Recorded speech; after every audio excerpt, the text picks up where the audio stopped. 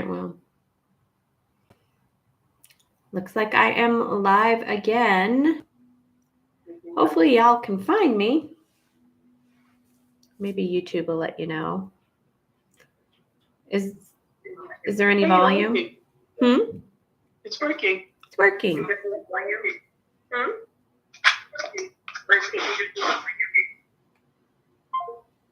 Okay. I guess I'm live again. Hopefully YouTube will let you know how to find the new link.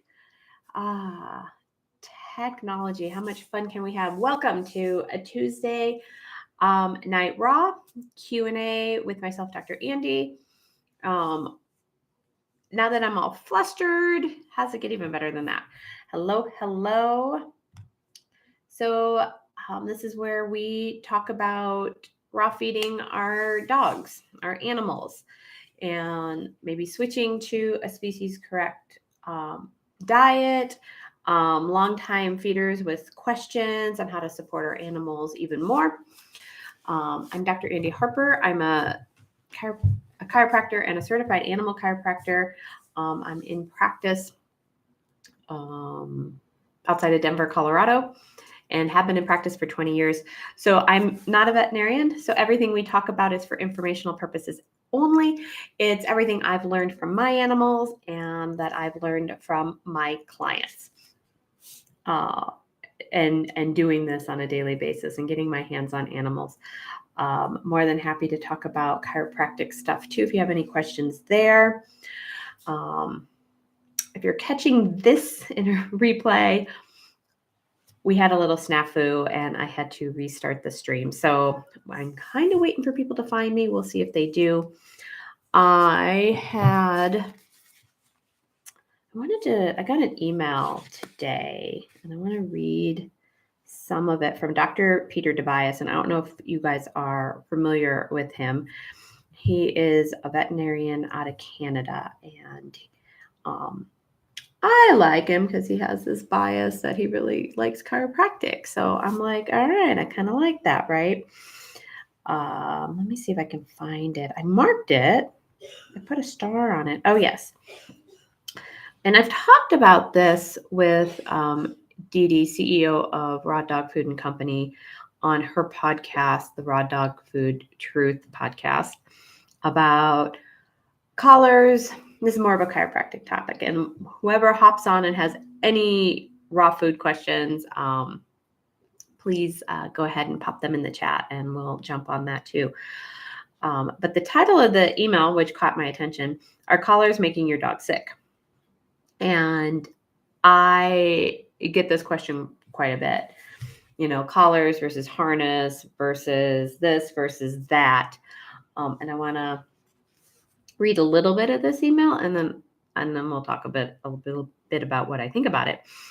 And his dog is Pax. So he writes, whenever I walk with Pax, I cannot help but notice how many genuinely caring dog parents are unaware of the damage caused by collar injuries. Don't get me wrong, you can put a loose collar on your dog for ID purposes or even for fashion, yet I strongly recommend you avoid the collar and leash combo considering the serious health problems that can stem from it. Few people, vets included, realize attaching a leash to their dog's collar can lead to serious neck and back injuries.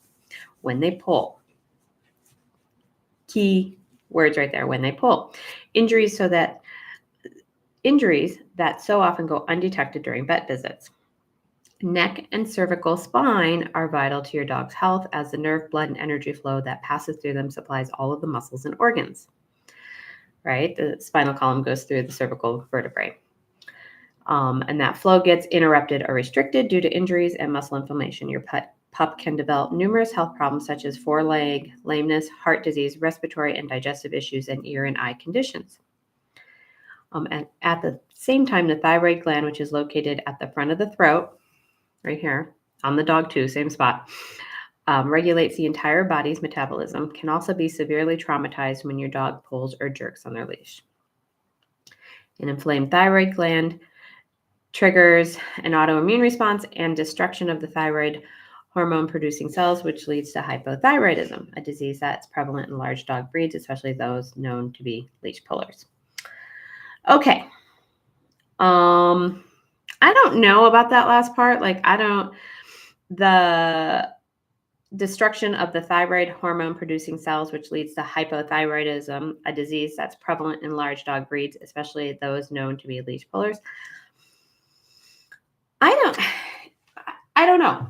I don't know if that's a true statement, if that's what he's seen in his practice. I can't say that hypothyroidism is a large dog issue. And I can't say that I've seen that with leash pullers. That's just anecdotally what I've seen. Hang on, let me answer this really quick.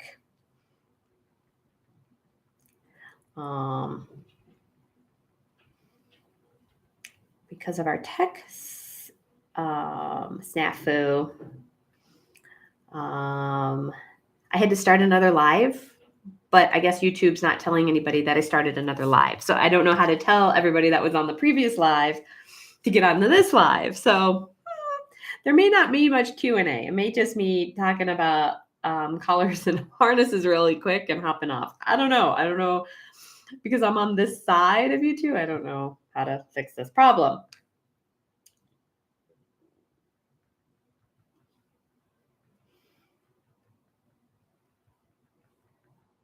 Hang on. I'm typing fast. Technology, can't live with it, can't live without it. There we go. Okay. Maybe Keisha can herd everybody over. Okay.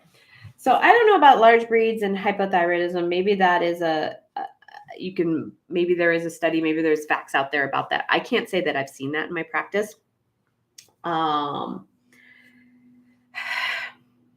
But I also don't think, and the rest of the email, and I do recommend that you head over to Dr. Peter Tobias's website. I don't know what that actually is. Just Google Dr. Peter Tobias and get on his email list. I love his emails.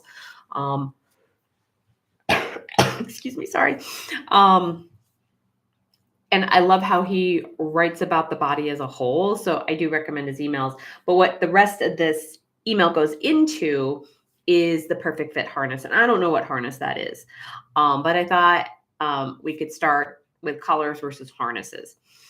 And what if we just viewed all of these things as tools and looking at the individual dog in front of us, okay? And how they work with the tools and how their people work with them with the tools. Like, what if nothing is necessarily bad? And there are a few things that I would say, or not more bad, but not bad. I cannot, and this is just a personal preference, I cannot, and even he says this in the email, cannot stand the flexi leads. Cannot stand them. Get a solid 6-foot lead to walk your dogs on, especially if you're going into places like, hey, the vet clinic, my office. They do not need to be flexing around and you having no control over them on a 20-foot lead. Drives me batty. And back in the day, I put my standard poodle jacks on a nose harness. What are those called? The little gentle leaders on the nose and a flexi. It was awful. I think I almost broke his neck a couple times when he decided to take off after a squirrel. I let go of the leash. Not a great option, right? Instead of him whipping his head back. He also has a mom that knew how to fix his neck, right? But so not a good idea. Okay. Flexi leads drive me nuts. Metal choke chains. Now that when you have, I don't know how to describe it, but the chain with the little loops and it tightens when you pull. And if it is down in the mid neck, that can be crushing and causing some damage to the thyroid and the trachea and all of that. Absolutely don't like those. And yeah, those are the two. Did I say 3? I don't know. Maybe I'll come up with the other one. But those are my 2 things. Like, But I don't necessarily. Oh, that's right. Number 3. There is a third one. It's the harnesses that cut across the shoulders. I think Gentle Leader makes a harness that does that. They clip up front and the dog can't move its front shoulders. I think the damage to the musculoskeletal system is just as great as everything he listed off there on a collar, if not more. Because if your dog is on a walk or running loose in the dog park in one of those harnesses and they cannot fully extend those front limbs, that impacts that back limbs. And I am fixing lumbar spines in the rear because of harnesses. And harnesses, generally, the dog can lean into them and then they get more power too. So does that really help with the pulling? And we use all these tools so we minimize the pulling, right? We all like our shoulders and our necks and our elbows and our wrists, and getting yanked by our dogs or them pulling on it constantly is not any fun for anybody. And, train, right? Just train your dog. That's okay. I'm going to give everybody their excuses and justifications, right? And that takes a lot of time. That takes a lot of energy. You just want to walk your dog. You just want them to walk nice. It's always a good idea to get training under your belt with your dog, whatever training jives with your personal philosophy. Absolutely. Now, back to the tools. So I actually don't think there's a correct answer. No, the dog should not be pulling full bore on their neck every walk. Absolutely not. So what other tool can you use? Do they walk nicely in a harness, or are they just as much, or if not more power pushing into it and not going through a full range of motion in the front, which is impacting the rear? If you're in one of these harnesses because you just have no other control for your dog, once you get to the dog park, take the harness off. Have them run with just the collar with their ID on it, but get them out of the harness so they can run full bore in a harness, full bore at the dog park, full range of motion out of the harness. Don't leave the harness on. So there's a lot of things that maybe you have to shift and change. And maybe they wear one of those harnesses just to the vet, but they walk on a different harness. And some dogs, they're coming in the restrictive harnesses. They've been wearing them their entire lives. They're now 8 or 9. Their back end is tight as can be. Their pelvis is rotated. The shoulders aren't great, and they're in for adjustments. So do they pull anymore? And the owner is like, no, they just walk really nice now. Go back to a collar, right? Let's get them out of the harness. So maybe there's different life milestones where they stop pulling and you can go back to a collar. If greyhounds are known for this, whippets, a lot of those owners have martingales. So they're padded here. They're really thick and they kind of loop and then they tighten as the dog pulls. So it kind of squeezes. Maybe your Labrador would do really well in that, but maybe a thicker collar so there's more area covered. That's going to dissipate the forces too. So there's a lot of things. I know Dee Dee and I on the podcast talked about prong collars, those really scary looking pointy things. If the person has been taught how to use one properly, which requires no popping and actually train the dog and the person on how to use it. I know everyone's going to lose their poop over this, and I'm going to say this, but dogs don't pull in that. It just sits there. It's just a reminder. And you don't pop and you don't pull with that. But there's training involved. You have to know how to use it. The dog has to be trained on how to use it. It's not just pop it on and drag them around so they are getting poked. I remember being out at an event a few years ago, and the dog, I don't know, was she a 35-pound, 40-pound dog, shepherd mixie thing, no big deal. But she had like the biggest prongs, which you don't need very big prongs. And it was hanging down here, and she was on a flexi. All of the wrong tools. And I watched her. She just sat around and walked with her owner. She wasn't pulling, she wasn't running around. The prongs down here by their collarbone. Not that, and actually they don't even have collarbones, right? But down by their first ribs here isn't going to do anything one way or the other. So it was pretty funny. I was like, all right, well, and so what's it going to take to get us educated? Try different tools with different dogs, with our dog. And if you really feel that harnesses are the best choice, try out this harness that Dr. Tobias talks about, but they must have really big front armholes so they can move. Some of them are really nice with like some dogs where there's mesh on the stomach, mesh on the back. Sometimes there's even a handle, which is great for senior dogs to help them up and down. You can have a front clip or a back clip, but we want big armholes. That's what I call it. There might be a technical term for it, but big, and you want to go through the full range of motion. My dog walker walks my bigs on a harness. She absolutely refuses to do anything else. She won't do the gentle leader over the nose. She won't use the prong. She wants the harness. So my dogs walk 2 days a week on a harness. And I watch them move. And I don't like their movement in a harness as much as I do the Doberman wears the prong. And I'm going to get to the poodle in a minute. As I like watching how the Doberman moves on his prong. I also like the fact that when I'm walking all my dogs and he's so big that when that goes on, sorry about that, he's like, "Ooh, I'm with you, Mom. I'm paying attention."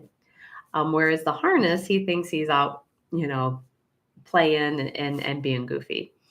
But the poodle, I walked on the nose thing for years. He wears the harness with his dog walker. He wears the gentle leader with me. And I like how he moved on the gentle leader, but he hated it. Most dogs don't like it, right? They're constantly trying to rub it off. They don't like it. They're walking up to people. Oh, he's so friendly. No, he just wants this thing off his nose. But there is a saying, right? Where the head goes, the body goes, right? And it worked really well. And he is trained on a prong, and I'm like, he's being kind of bratty, right? He's just being kind of bratty. And I'm like, oh, I was so like, I don't know. He's just a sweet little poodle. I don't know if I want to put him on the prong, but he did it. He actually prefers it. He's actually happier to put that on than he ever was to put the nose thing on. So it goes to my point, or my argument is try different tools, right? My 6-pounder does wear a harness. She wears a big harness, big armholes, mesh on the stomach, mesh on the back. She is the most fabulous little walker. She came like that. She walks by your feet. She doesn't go anywhere. She's amazing. I have her in that type of harness, which a lot of coverage, just in case she needs to be lifted up and out of the way of something. And then my 3-legged 15-pound is on a collar. He just wears a collar. Harnesses didn't really work with the 3-legged. They could. It's not like the end of the world. And a lot of times he's on a long lead, or he hasn't been on a flexi in a long time, but he would be on a flexi because his gait would be so erratic just because he didn't have the 4 legs. But he's been everyone walks on a 6-foot lead on their walks. And then let's see. Oh, and Torchy currently is still just on his flat collar. I haven't found a harness that fits. I haven't quite decided what we're going to do. We do still need to take a class. So we need to go do some obedience and learn some things, which I know he'd be thrilled. And we'll see. Maybe we'll get some more walking manners under our belt. But it's all different. It's all different for different ages, and it changes. It's going to change with age. And just because you've always done something doesn't mean you have to continue doing that same thing. So I recommend getting on Dr. Tobias's email list. He's got a lot of great information. I do enjoy reading his emails. And then he goes into this balance harness. Check it out. I don't know anything about it. I really don't. I don't know if it comes out of Canada or what. But maybe reassess what you're walking your dogs in. And yeah, you'd be cognizant of how much they're pulling on a collar. And see how maybe you do something different at different times with them or whatever, mix it up. And that way, not one body part is taking the brunt of all of it all the time. Like mine walk on different things because the dog walker walks them on different things. And when we go out in public, both the bigs walk on their flat collars into the vet and stuff. Sometimes I do stick the harness on Crosby because you just need a handle. He's just a little spazzy. He's very busy and spazzy. He's sweet as pie, but geez Louise. We were hoping that maybe at almost 7 he would start to settle down. Not really at all. So different times, different things, different stages of life. Just kind of file it in the back of your head and keep that in mind. Okay, I'm seeing maybe there are a few people here, but I'm not getting anything in the chat. So I don't know if people are in the chat. I'm not getting any questions, which makes a Q&A really hard to work without any Q&As. And I was really hoping everybody that was in the other chat could find me. So disappointing, YouTube. So disappointing. If there's anybody out there, if you want to say hi, tell me where you're from. See if anybody found me. Let me see if Keisha responded. Okay, so she said she just sent an email with the new link. There's a question, she says, about prey drive and prey-driven dogs. All right, well, we'll do it this way if we have to, huh? Let me see. What's the question? Let's ask her.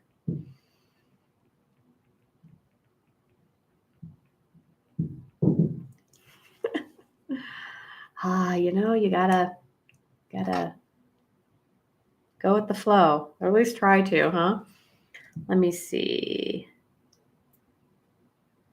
if there's any text or anything. Oh, I wish YouTube would tell everybody where to find me. Okay, the question says, how about prey-driven dogs? How about them? They're, yeah, I'm gonna need a little bit more. I mean, that's a big topic, right? Like, what about them? My last Doberman was, I can talk. My last Doberman was interestingly very prey driven, very interesting. And I think I was a little naive and it went really well. Lucky me. Because when I brought him, we rescued him. His name was Caesar. He was a red. He was beautiful. He had the best crop job. And I remember this distinctly. I was on the phone with my husband. He was on patrol at the time. He was a police officer. And he got a call of a dog running loose. And he went off to go wrangle up the dog or help animal control or whatever. It was a Sunday. Prey-driven dogs, more with harnesses and collars, maybe. I don't know. And he calls me, oh, it's a Doberman. And I knew instantly we were getting a Doberman. And they held him for 3 days. And then he came to live with us. And he was about 4. And I just walked him into the house. And I had my standard poodle. We had Gizmo, our little 15-pound 3-legged. And I think we had both min pins. I think he made 4 at the time and 2 little min pins. And this dog was perfectly fine with the dogs in the house. Thank goodness, because come to find out, he would go after other big dogs out in public. I have no doubt if given a chance, he would have eaten a cat. I didn't have my cats at the time, so we didn't have to worry about that. But he would literally get in moments where we also had bearded dragons at the time. He would stand there and drool staring at the bearded dragons. Like his prey drive would be so high. And if we went to the vet's office and they had cats, holy moly. Other dogs big dogs weren't great. I can't say that I noticed him with little dogs, but I was so grateful that he at least knew the difference of these dogs in my home versus other things outside the home. But that's really my only, I mean, of course, if you have something like that, you need control of your dog, right? You need, a backup to your backup, right? You need the collar maybe hooked to the harness. Like, don't take any chances like that. Um, this Doberman, he came in after the cat, so we never had that problem. He just doesn't like dogs his own size or bigger. He's kind of he can be a dick, and that's out in public. But for the most part, if I notice everything first, and with age, he's gotten great. So I don't know exactly where we wanted to go with that, with the information I have from Keisha. But extra clips, extra leashes, waistbands, so you can put the leash around your waist. I'm not sure anybody's out there. It's no fun talking to myself. Let me text her and see if she can hop on.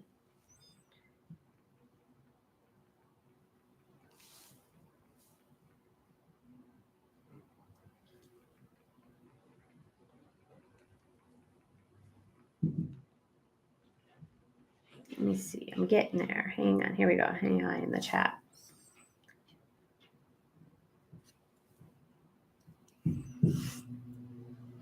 Okay, asked her that. Okay, the question was, can you establish control over a dog with a prey drive? Oh, I don't know. I'm just going to go with I don't know. I am not a dog trainer. And then you open that whole big can of worms of control over. Oh, yeah, she says she's been messaging in the chat. I don't have anything in my chat. Oh, YouTube is disappointing today.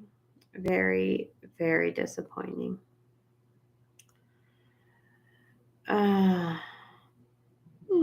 Makes me sad. Yeah, I have. Okay.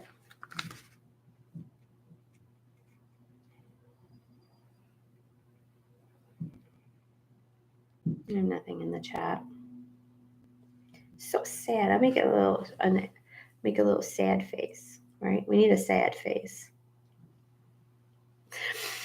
Oh, not one of my. Ashley said training, and a lot of luck. Yeah, not a dog trainer. Control over. That's a whole can of worms. Working with your animal. I think training, and a lot of luck. All right. Well, I don't know who's out there. This is no fun for anybody involved because I can't see your chat. Why can't I see the chat? So sad. Oh, I just hit something. There we go. Okay, it just came up. I hit a button. Okay, sorry, guys. Okay.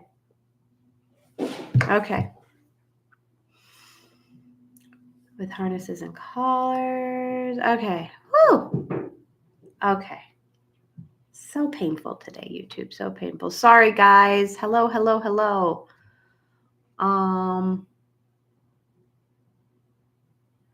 Okay, I'm going to go back up to Michelle's question about raw feeding. Do you recommend adding phytoplankton or green lip mussel oil to pre-made raw? So pre-made raw, as in, I'm assuming off the shelf, like off a retail store. Absolutely. That pre-made raw needs all the help it can get. And you need to help support your animal in digesting all the artificial synthetic vitamins that are added to that. If you can stay away from retail raw as much as possible, I would recommend that. And I've talked about this, and I'm probably going to harp on it even more, is rotate. So do a phytoplankton, then do a green lip mussel. oil and then go back to phytoplankton and then rotate something else in. Because we're always trying to look for the damn holy grail. The one thing that's going to save us all. And I think I just mixed up two movies, but you get the drift.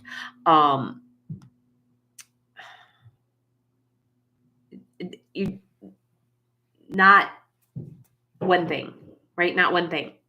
Rotate. So I haven't done phytoplankton in a while, and I just ordered some. My dogs, we rotate on it, I don't know, 3 or 4 times a year. And I've been doing a lot of just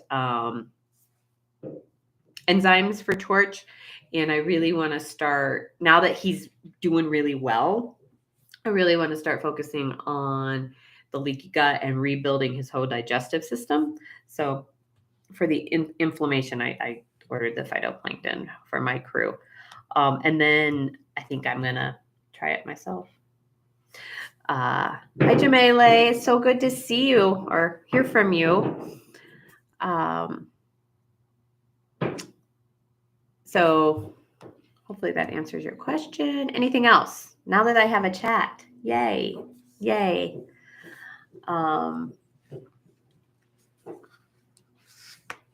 Let's see.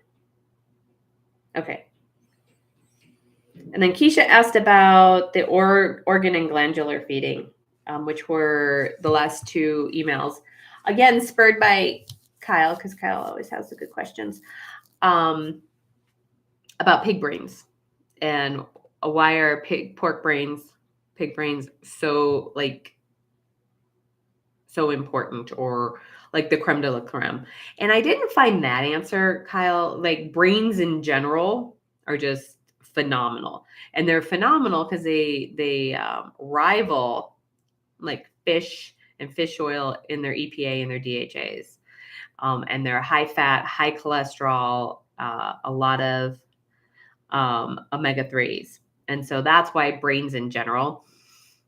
I did not find the information that pork is better than any other brain. So right now, because Raw Dog Food Company doesn't have the pork brains, I'm doing duck heads, and the brains are in there, right? And you do want to do brains, especially if you have a developing puppy or a dog with cognitive issues. You want to support, like, think of your dog as a building, right? And that foundation, you want a solid foundation, and that is the food that they eat. And that food needs to be species specific, and in my opinion, raw meat with bones, with organs, with glands, with the muscle meat. And you want to make sure that foundation is solid, and then all the supplements on top of that. And maybe not as many supplements because you're feeding raw, but rotate, depending on the season, depending on the toxin exposure. Our animals' lives and our lives are so toxic, and that toxicity is going to shift and change. And so we need to shift and change.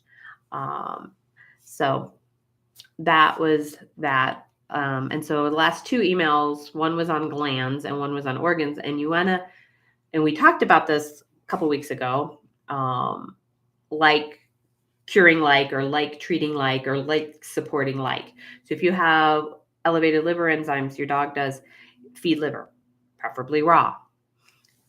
If you have a heart condition, feed heart, preferably raw. And if you can get different types of heart, bison, cow, turkey, each of those, again, rotation, each of those has different nutritional profiles. And they have different minerals, and they have different vitamins. And what also gets me excited and is so cool, each time you order, let's say, turkey hearts, those are different animals getting different food with different profiles.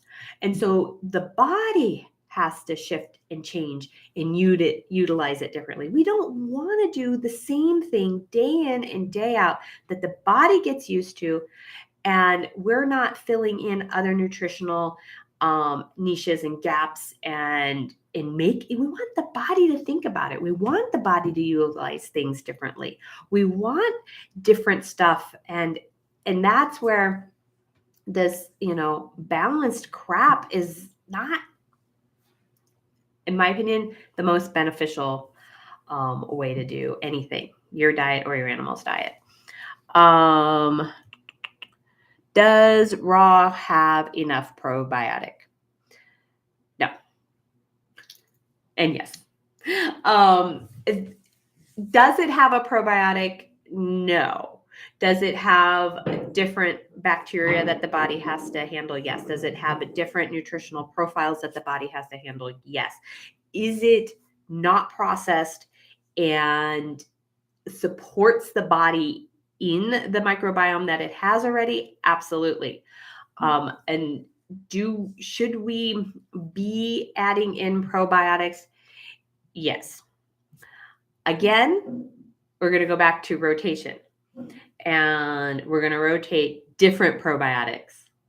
We're going to rotate digestive enzymes because that's a different part of the system that also needs to be supported. We're going to maybe, I don't know, I'm kind of in a little bit of a deep dive with Adored Beast right now. Maybe you do the liver tonic and lay off the probiotics for a while.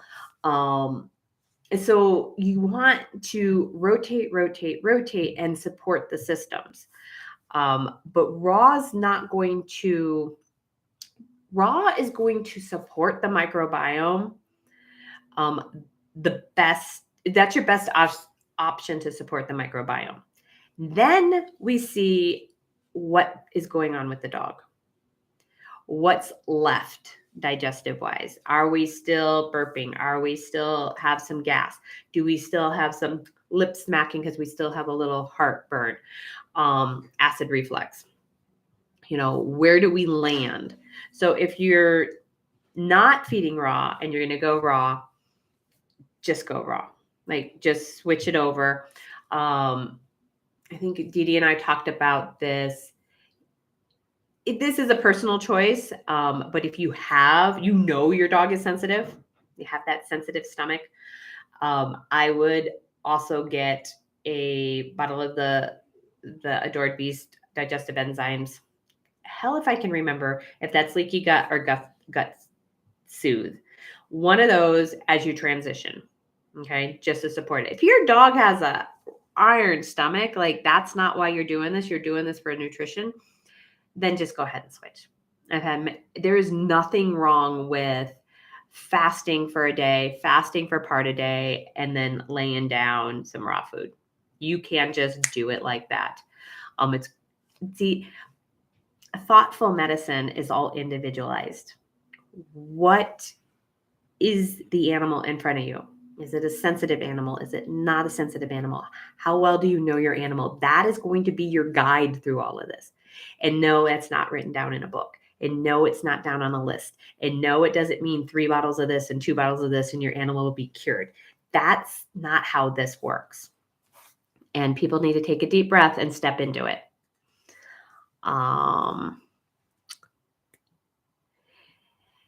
Keisha says, is fresher raw, like fresh juice, has more nutrient value within the first 24 hours after it is made?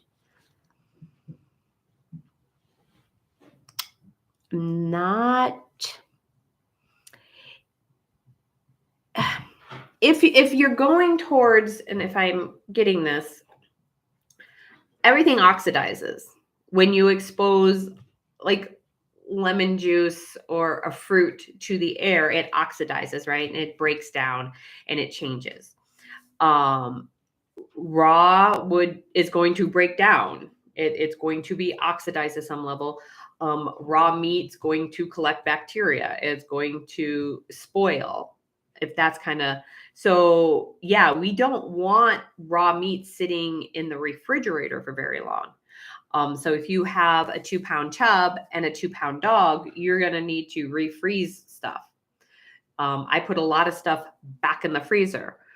Refreeze stuff. Don't throw it out. Don't let it sit out. My meat sits out in the fridge as I feed it about 3 days tops, maybe a little longer. I try not to. But then again, our dogs are designed to eat rancid, spoiled food. It's not necessarily like, woohoo, don't worry about it. But to just be aware of it. And like back to organs and the glandulars, the desiccated organs in the little capsule. I actually keep those in the freezer. I keep the 4-leaf rover guts and glory in the fridge because that's dried meat. It's going to start to collect some bacteria we don't want. And maybe those bacteria is helpful. Maybe that's just going to be too much for your sensitive dog and we don't want to add any other bacteria, good, bad. I'm not saying it's all pathologic, but maybe we want to minimize that. I would actually put the guts and glory in the freezer if I would remember to use it, but I'm not going to remember to use it in there. And we're using quite a bit right now to support Torchy. And so it's in the fridge. So a couple things to think about. I'm not sure if that's where you were going with that question, Keisha. If you want to clarify that, or if I missed the boat completely, let me know. Yes, anything that is fermented like tripe will have probiotics. So absolutely, your fermentation process is a great plan. And in the email today that went out, I am a heavy tripe feeder. Like the vast majority, the blends on Raw Dog Food and Company have tripe in them. That's not enough. I am a heavy tripe feeder. Torch is getting 50% tripe right now. I'm really hammering his digestive system and really trying to support it with food. And if I feed more bone, they get more tripe to balance that. And I think Neely's a really heavy tripe feeder too. And everyone just groans, right? Oh, tripe. I'm like, you get used to it. It's funny what you get used to as a raw feeder.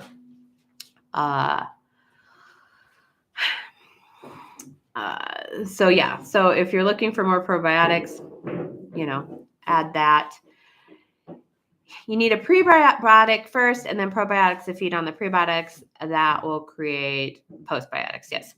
So Google postbiotics and the health of your prebiotics and the health of your probiotics create the postbiotics, which is actually what your body uses. I just listened to Julianne Lee, founder and formulator for Adored Beast, and she was talking about turkey tail.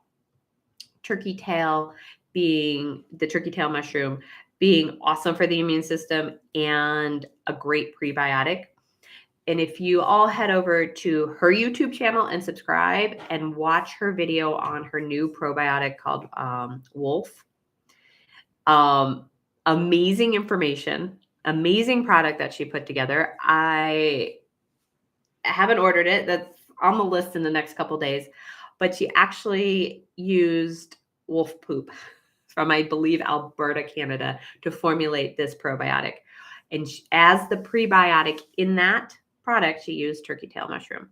It's not at the same level as the therapeutic turkey tail mushroom, and you can also buy that from Adored Beast. But that could be a prebiotic. And the other products that she insisted on using is larch. A lot of the human products and other products use maltodextrin, which is just a sugar, and there's not any health benefits to that. But it's usually your probiotics want a sugar type prebiotic to munch on to make these postbiotics. Thank you, Kyle. What kind of trouble, Jamele, are you having with the thawing process? And Kyle, are you asking me how many animals I'm feeding? Are you asking is it me? I can tell you. Shoot, Jamele's answering. Okay. I have 4 and 1 dog that doesn't like beef. Okay. There we go. They're having their own conversation. I'm there now. Fermented food. Yes. Okay. So she's going to answer him on how much tripe, right? Do dogs require the pre-probiotics in general? Or is that more appropriate if they have GI issues? That's a great question. Great question.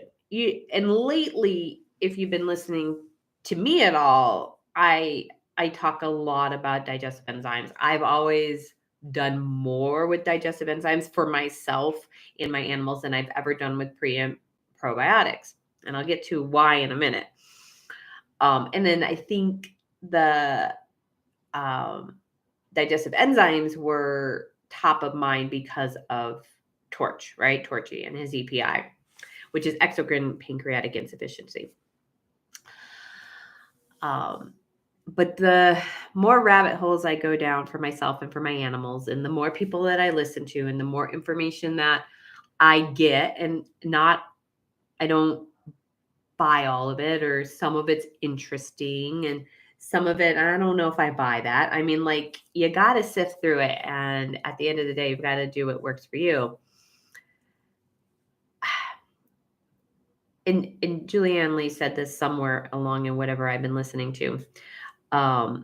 Pretty much it's her opinion. And right now in this 10 seconds, I might agree with her that pretty much all of our health issues is because our guts are a disaster. Meaning the vast majority of us people and our animals have leaky gut. And with that causes systemic inflammation and other disease processes in the body. So, is it obvious that your animal has a GI issue? Maybe, maybe not, right? Do they require probiotics? Maybe, maybe not. And that's what I found so fascinating about the Adored Beast products, and why I don't think I could get a handle until I was saying this forever and ever, and I apologize to you guys. I need to look into their product information. I need to look into, and I got tired of listening to myself, so I finally just did it. And I'm a little slow because I'm blonde. And I don't have time to sit and read a whole bunch. Oh, they have a YouTube channel, Andy. You could go over and listen to YouTube. So I finally did that. And the whole leaky gut thing, which goes back to our food supply, which is abysmal, goes back to our soil quality and the lack of minerals and vitamins and quality in that. Our guts should be they should be like this, right? They should have tight junctions. Nothing should get through that. So when our guts are leaky and there's holes, right? The little minuscule nutrition that can get through this also gets through this, but also what gets through these big gaps are pieces of undigested protein. And when the body goes, oh, what is this? It attacks it. The immune system has to handle it. So all of the stuff that's not being digested or is too big to be digested that ends up out into the system that has to be handled by our immune system causes a systemic inflammation. So if we can get those tight junctions handled in our guts to keep the inflammation down, to keep the immune system response down, that's just going to help the health of our animals on in all ways. So maybe your dog's not farting, maybe your dog's not burping, but maybe we can still support the gut. Now, is that always a pre-probiotic? Not necessarily. Maybe we need, a gut soothe from Adored Beast. And maybe we need to handle some yeast, and maybe the yeast doesn't come up until we handle some of this. And that's what drives people bonkers. But what I loved about her philosophy, now that I've listened to her a few times here, a few hours of Julianne Lee, is you just start and see how the animal does. And if they're doing great on a product, do a little bit more on that. Then rotate to another product. And let's handle the yeast now. Oh, they didn't do well on that. Stop that. Go back to the gut, go back to one of the gut products. And that's hard because it's hard. We think it's hard. It's not actually hard. We think it's hard, but we have to really get to know our animals. We have to really pay attention. And that's where, like I said, a lot of us just want to, do this bottle. One bottle, you'll be good to go. Everybody is different, and you've got to work with what's in front of you. What is this animal? Not this animal compared to that animal. What is this animal doing? So do dogs require pre and probiotics in general? I don't know. I don't know on that. But could they benefit from rotating it in every once in a while? Absolutely. And if your dog gets happier, more lively, oh, maybe you need to do more of that. You got to pay attention to what is going on with your animal. So I'm going to go back. I said I was going to answer this. So digestive enzymes, always been my go-to. I've never done much with pre and probiotics. I get it. I get the concept. I know what they do.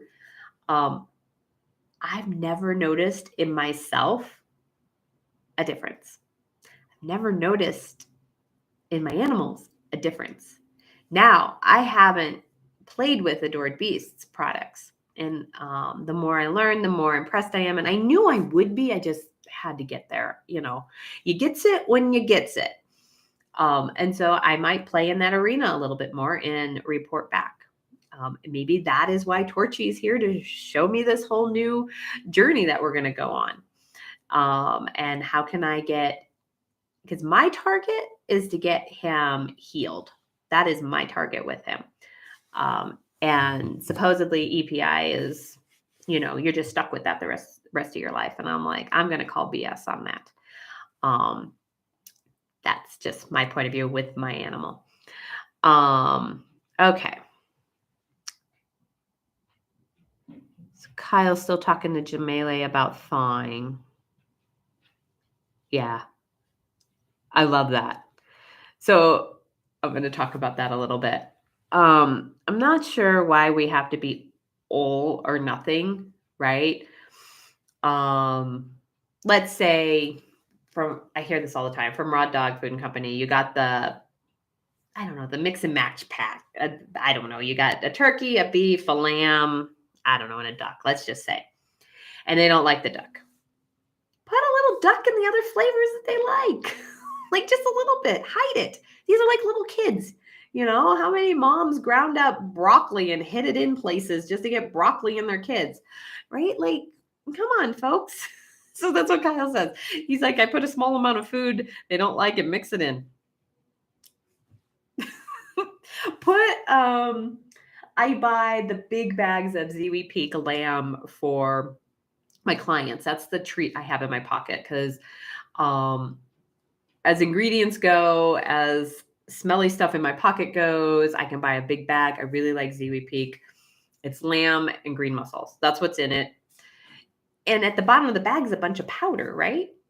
Put something like that on a topper, hide the flavor they don't like, and put a topper on top. Come on, let's get creative. And they may not like this flavor as long as it's not giving them any signs and symptoms that you're aware of.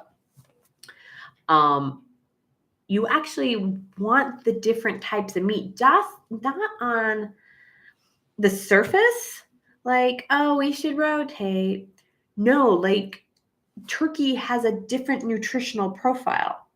Ruminants, your cows, your deer, your venison, your elk, they have different bacteria that breaks down the food differently. So they have a different nutritional profile. Your pork, everywhere you think pork is unclean and it's not true, has a different nutritional profile. And the body needs all those differences.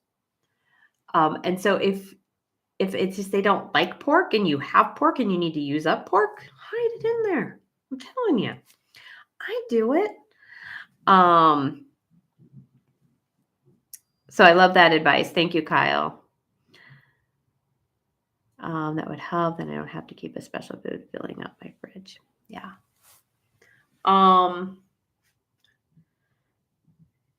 Yeah, let's get creative. Right? Plus beef, my opinion, has probably one of the best nutritional profiles that you should feed. And if you notice in Raw Dog Food Company, I mean, they're heavy on their beef mixes. I think because of the ruminant quality, which is for stomachs, and the bacteria that they have that breaks down the food very differently. They are very nutritionally dense. So try to get the beef in there. I hope Kyle helped Jamele out. I hope that was awesome. Great job there. Thank you very much, sir. Anything else? I think I had a question for Kyle.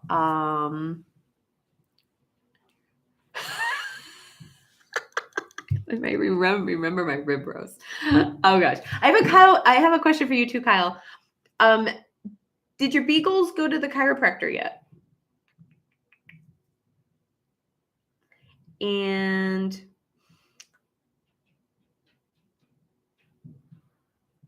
okay. Okay. So I want to know about the beagles and the chiropractor. It was a ribeye roast. It was amazing. It was, free range, grass finished, all that jazz. Okay, so it's this month. I didn't, maybe mid-December. Okay. I can't wait to hear. And I did melted butter. I think next time I'm probably just going to do salt and garlic, but I did do Italian spices. So it actually smelled like a pizza. And I did in the oven and it cooked perfectly. So easy. So I do recommend it, giving it a whirl. And then Keisha asked, I don't know if it can go to anybody. Anybody following any seasonal kind of feeding, like energetically cool or hot meats? I used to do a lot of it. I've kind of backed off with it. Again, it's the animal in front of you.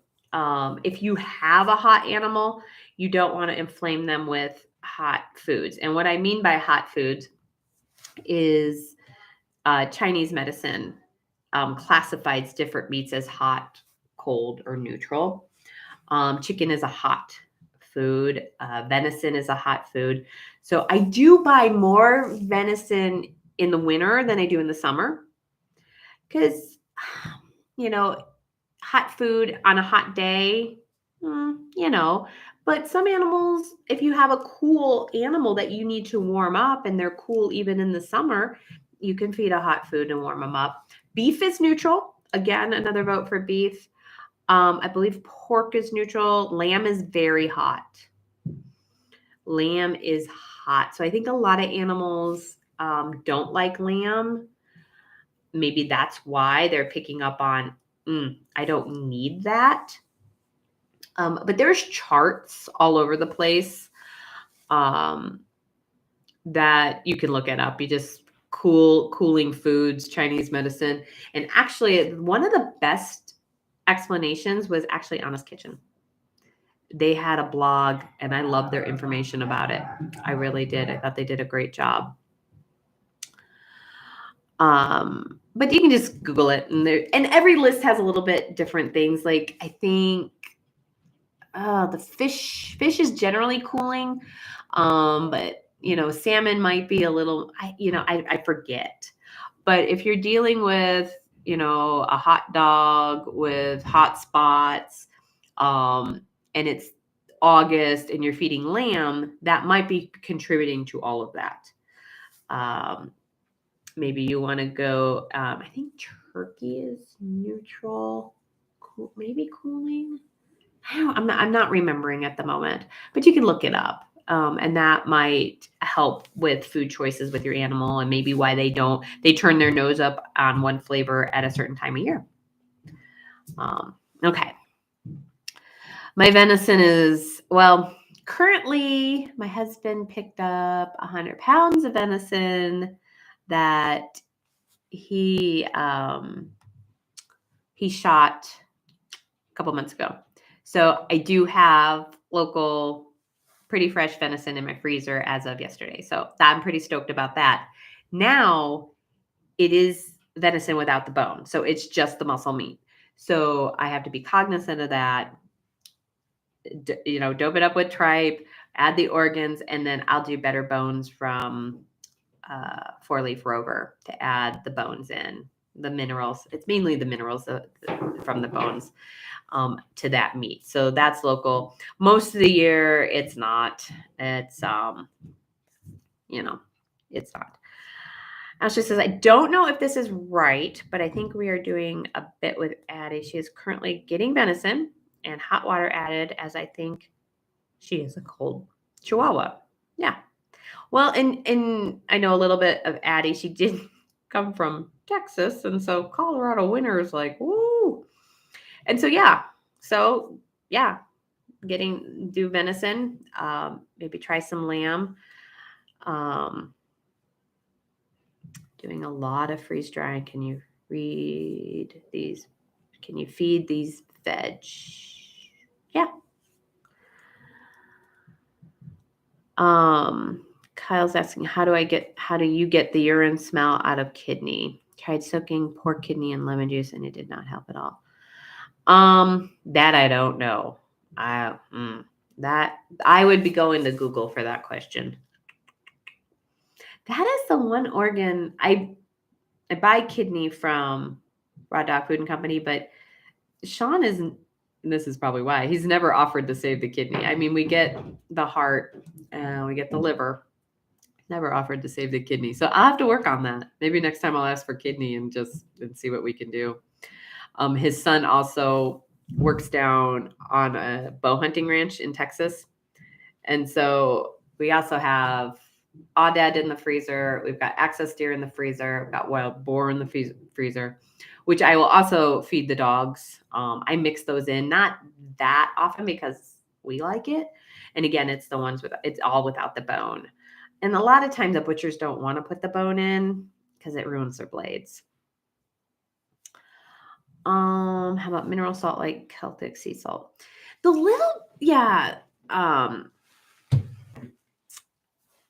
It's always discarded and I see why. Yeah, but how does Raw Dog Food and Company do that? Maybe I'll ask Dee Dee that. I'll ask her about the kidneys and the smell. Mineral salt like Celtic sea salt. Yeah, I did a little bit of reading about that, and I think the Celtic sea salt's great. I have done, again, I rotate. I've done some Celtic sea salts. I've done some Redmonds with the dogs. Sometimes I throw some Himalayan in, but dogs don't sweat like we do. And so they don't need as much salt per se. The better bones, or the bones, is more your minerals, your phosphorus. I can do this in calcium. There we go. Woo-hoo. Which is an electrolyte of sort, right? You have your potassium, your phosphorus, your sodium. I should do this in a different order. Your sodium, potassium pump, right? Your sodium and potassium, and then your phosphorus and your calcium. Those are minerals / electrolytes. Those are the big balancers in the body. But dogs don't do the sweating we do, so they don't need the replenishment specifically of the sodium like we do. But I do experiments. I add some salt. I notice they do drink more water on those days. And so there's a lot of salt added to processed kibble, and dogs drink a lot on processed kibble. It's also super, super drying and very hard on the kidneys. And so then they drink a lot of water. And I know a lot of pet parents that feed kibble, a badge of honor. My dog drinks a whole bowl of water every day. I'm like, not cool. It's actually not needed. And they're doing that to compensate for the poor food choices their owners are currently making. My mom just moved in with us, and my husband came home, and the way we do it, we use Pyrex, right, with the lids. And so I make breakfast and dinner every morning. And so dinner gets put down, and it gets put down in an elevated bowl for the Doberman.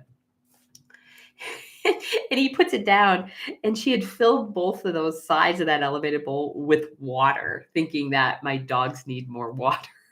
There was like water everywhere because he wasn't paying attention, and it was clear, and he just threw it down in there because my dogs only have this one small ceramic bowl that we fill up when it needs to be filled up. It's usually daily, and even then I like throw out half the water and clean it up for them. They just don't require it because they're eating raw. So yeah, he's like, he adds a couple dashes of sea salt to the raw food. Yeah, why not? Yeah, and like I said, I do it sometimes. And I think that when you have experience in us raw feeders, we're like, yeah, I do that sometimes. Yeah, I do that. Yeah, whenever I get a hit. Yeah, like I said, I do it occasionally. Kind of just depends on what's going on. Now that it's winter, there's even less sweating, so I kind of back down on it. Rotate, rotate, rotate. I personally like the Celtic sea salt. That's my favorite. That's what goes on my food. I don't know if you tried the Redmonds. I don't like the Redmonds. It's kind of gritty. And then I guess the Himalayan, you have to get really high quality. Otherwise, there's like chunks of metal ground up in there. Isn't that great? It's just great. So I stick to the Celtic sea salt. All right. It's been an hour and 6 minutes, but the first part of the live was a little bit of a shit show. So anything else? I know Jamele's a little new. If you have anything else, I think I'm here the rest of the year. I think all the Tuesdays don't land on any holidays. So that's exciting. I probably will have more Adored Bee stuff because that's my current rabbit hole. I'm super enjoying all the background information, which I knew I would. I just had to get there. And we lost last week. I'm sorry, guys. Oh my goodness. There was just too many things and I just wasn't up to all of it. So thank you for hanging in there and coming back this week. I appreciate it. I will do my very best not to do that. That cancellation thing. Oh, okay. We're going to talk on Friday about Friday the 30th about Addison's. Okay. Will do. I'll brush up on my Addison's. Awesome. Okay, my friends. My dear friends. Thank you so much for coming. Yeah. Thank you. So grateful for you. So grateful for your questions. So grateful to start building community and everyone helping everybody else out in the chat. I will be back next Tuesday. Thank you, Ashley. And emails are going out. I've got yeah. Thank you. I'm going to call it a night. Oh my goodness. I think I need to go to bed. Mwah. And until next week, how much fun can you have with your animals? Bye-bye.